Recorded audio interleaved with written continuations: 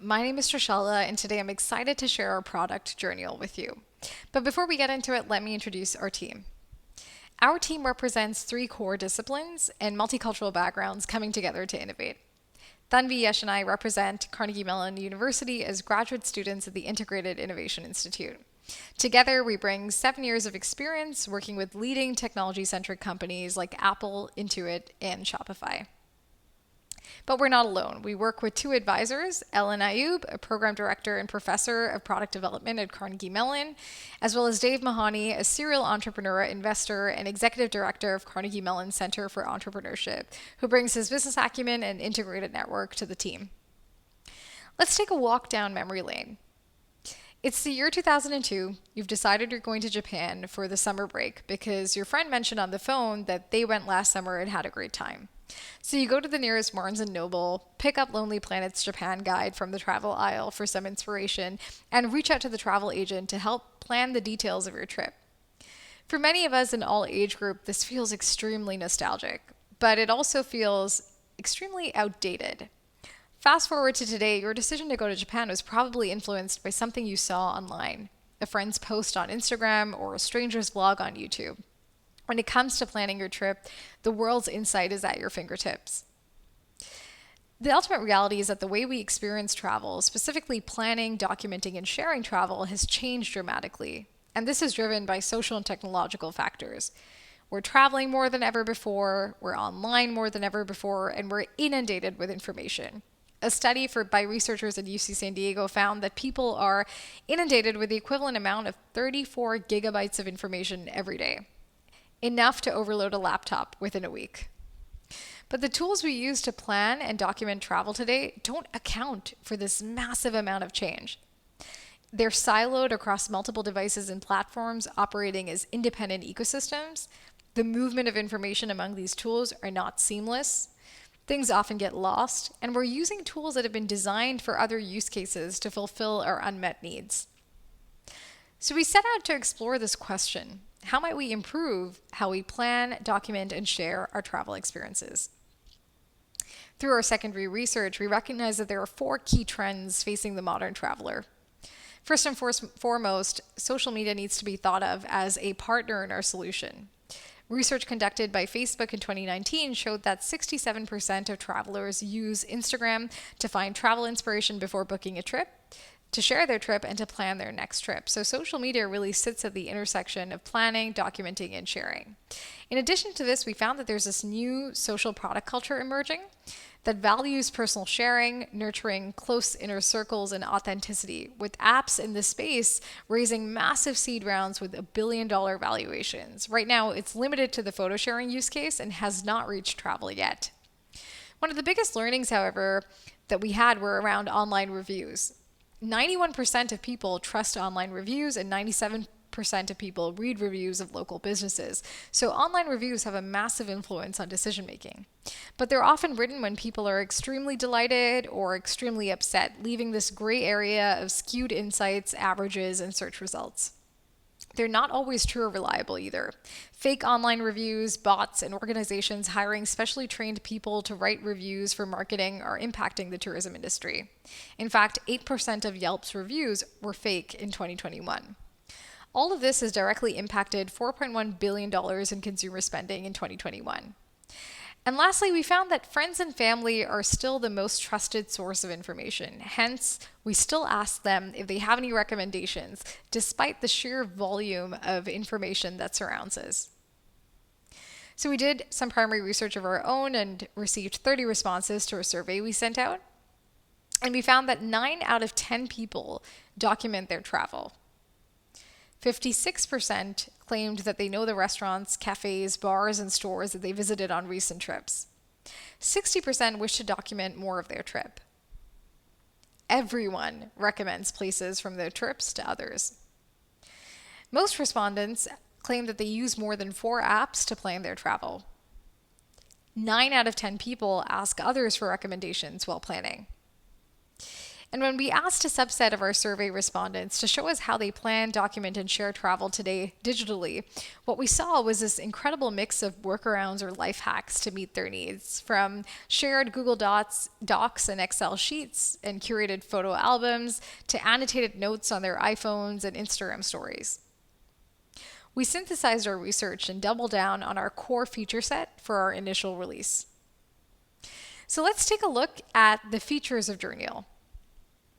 Let's assume I'm traveling in Tokyo. What a fun place to be. I used Journial to find places, get recommendations from those in my sphere of influence, plan this trip, and now I'm using it as my one-stop solution to navigate and chronicle my travel experiences while I'm in Tokyo. And I'll have a rich collection at the end of my trip to look back on. And when someone asks me for things to do in Tokyo, I can instantly share them in my Journial. Let's take a closer look. So Journial identifies through the Maps feature that I am close to a place in my Tokyo wish list. I've been roaming around for a few hours today, so when I reopen Journial, it shows the places that I might have visited since I last opened the app, and I can check these off my itinerary. And it does this because I'd already added the places that I want to visit, and based on my background location, it's able to figure out where I've been. Once I check that I've actually visited these places, I can press on update, and now I'm on the home screen. But before we take a look at all these categories, let's take a quick look at my Tokyo itinerary. So on this screen, you'll see that I have the places I visited today. You can see what's next up on my itinerary. So it looks like I'm going to Tokyo Skytree, and the places that I wish to visit the next day. The starred places are places that have been recommended to me by my friends or family. So let's click on Tokyo Skytree because it looks like I'm heading there next. I can see my friend Thunby had left a review that I initially starred, and that's what really prompted me to add this to my trip. So once I visit this place, I can mark it as visited and add my own experience to it through photos, ratings, and detailed notes on what it was like for me. Let's go back to the home page and look at curated experiences. So curated experiences are really adventures that are handpicked by your favorite influencers, travel experts, or celebrities. So I can see that there's New York with Mindy Kaling, which will really have a series of activities, restaurants, cafes that Mindy Kaling frequently visits that you can experience when in New York. And similarly, you can see all the news and trending curated experiences on the Journial app based on where you're at or otherwise.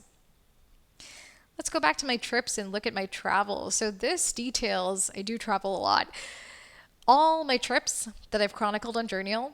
And whenever a friend asks me for recommendations in a given city or country, I can just pull up this and share it with them. If we go back to my home screen and look at the shared with me, this is essentially trips that my friends have shared with me that I've kind of started to revisit. And my bucket list are places that I'm really waiting to go to and that I've kind of nurtured and cultivated within Journial. On the Explore section, this is really a map that allows me to look at the places that I've pinned near me or otherwise, or that those close to me have pinned.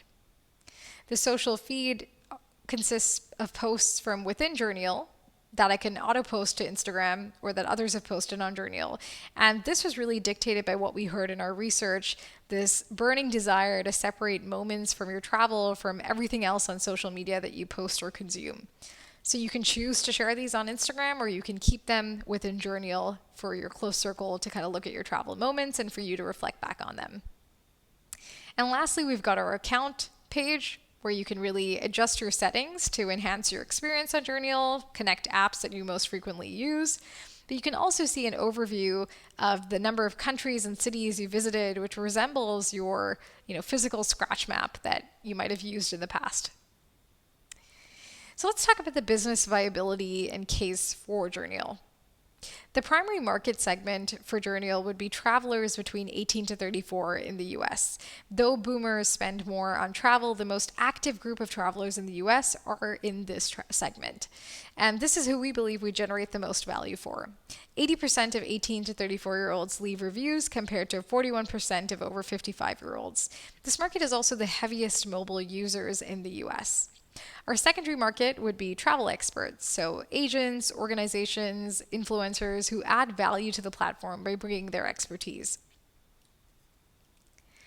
When we look more closely at our primary market, our serviceable obtainable market is around 54.4 million people in the US who use technology in a travel context between 18 to 34. The global travel technologies market is estimated to grow to $12.8 billion worldwide by 2027. The market in the US alone is valued at $1.8 billion as of today. Travel journals, the submarket within tech, would be our closest competitor within travel tech. But we stand differentiated through our focus on constructive critique of experiences versus deep personal reflections, embedded intelligence, and integrations with the tools that travelers are accustomed to today. The plan that we had in mind for monetization was a freemium subscription-based model. With Journial Free, you can add up to 5 trips, and this was dictated by research that we had that showed us that roughly, on average, Americans take around 5 personal trips a year. So this should give them enough of an opportunity to experience the value that Journial has to offer. And alongside this, they can also access curated trip recommendations and the branded experiences that we'll talk more about shortly. On Journial Plus, however, they have access to uploading or chronicling an unlimited number of trips. They can access exclusive celebrity recommendations, discounts, hidden gems that all travelers crave, which are basically places that are less known of that are still wonderful experiences. And they can participate in Journial in an ad-free environment. As far as branded collaborations are concerned, we wanted to show you an example of what we had in mind. So say we work with a brand like Netflix, they can sponsor a curated experience on Journial. Netflix is a very popular show, Emily in Paris, so perhaps you can experience Paris with Lily Collins, go to the places where they filmed the show, the restaurants that they hung out at, her favorite cafes, her favorite local attractions, and this can be something that we work closely with Netflix on. Additional monetization channels that we want to do deeper discovery on would be ad revenue on the free plan, sponsored newsletters, paid curated itineraries, and in-app purchases. So to launch an MVP with a 6-month timeline that we've identified, the core additional resources we would need would be developers to actually build this out so that we can do usability testing and beta testing and eventually a soft launch. We would want at least one developer, so either develop for one platform and then port it onto the other. And some of the steps that we'd want to do is build a really high fidelity prototype, continue to test as we iterate, and launch in 6 months, as I'd earlier mentioned. And as far as roadmap is concerned, our core focus would be to create an intelligent, unique recommendation engine, partner for branded collaborations and explore what that could look like and what the early set of experiences could look like there. Expand the use cases to move beyond relating to restaurants, reviews relating to restaurants, cafes, and local attractions, to including transportation, accommodation, among other experiences. And also look at sort of embedding more of a social element. So introducing things like mutual places as opposed to mutual friends. And lastly, we'd want to further look at monetizing the app in unique ways. So what would some of those in-app purchases look like? Some of the challenges we've identified is, first and foremost, this recency effect. A survey by Travel Pulse found that a majority of people find reviews that are more than 3 months old irrelevant. We aim to tackle this by conducting discovery on how we can drive usage through incentives, discounts, and push notifications, and conduct some A/B testing around that. Another challenge that we've identified is driving adoption through an early set of loyal adopters and advocates. Many successful technology companies have found its early set of loyal advocates, especially in this platform model on college campuses. So we plan to tackle this through marketing on Carnegie Mellon's campus among undergraduate and graduate students to take advantage of the network effect. And lastly, a challenge we've identified is the consumer's willingness to pay. We want to conduct more discovery to explore the consumer's perception of value with some of the features that we've outlined, and then identify or adapt our charging and monetization based on what matters most to the target customer. And as for next steps, we are hoping to do further discovery with support by the Integrated Innovation Institute on the user research front.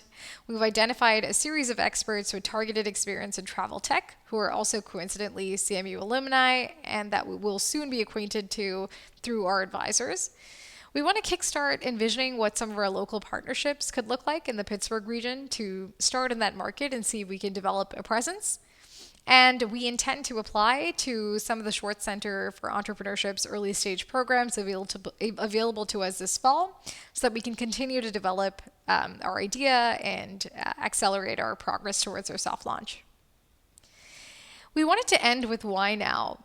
Travel has always been a lucrative industry, an industry worth over 1.1 trillion, and an important sector in the global economy. 10.4% of the world's GDP comes from tourism. During the pandemic, 60% of all US jobs in 2020 were supported by travel. And now travel is back with a vengeance. Americans are traveling in ways shaped by the pandemic that are here to stay, despite the rising airfare costs and inflation-induced spending squeeze. As per McKinsey's latest travel report, people are looking to reconnect, explore new destinations, but equally revisit reliable favorites like never before. And we're optimistic that by strengthening how we plan and share our travel experiences, we can indirectly support economic recovery. Thank you for your time, and we hope to have the opportunity to connect in person, answer any questions you have, and until then, really continue to journey. Thank you.